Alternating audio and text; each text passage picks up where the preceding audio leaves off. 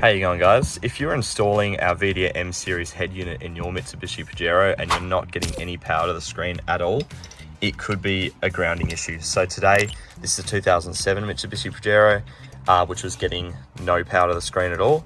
And after a bit of testing, I found out that the ground wire was actually getting 12 volts. So that's this black one next to the yellow one.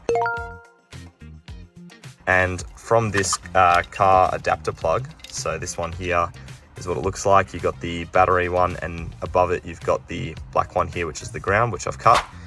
That was receiving 12 volt when I tested it with a multimeter. So test this with a multimeter, and if you're getting 12 volt through here, what you need to do is cut it at this point here.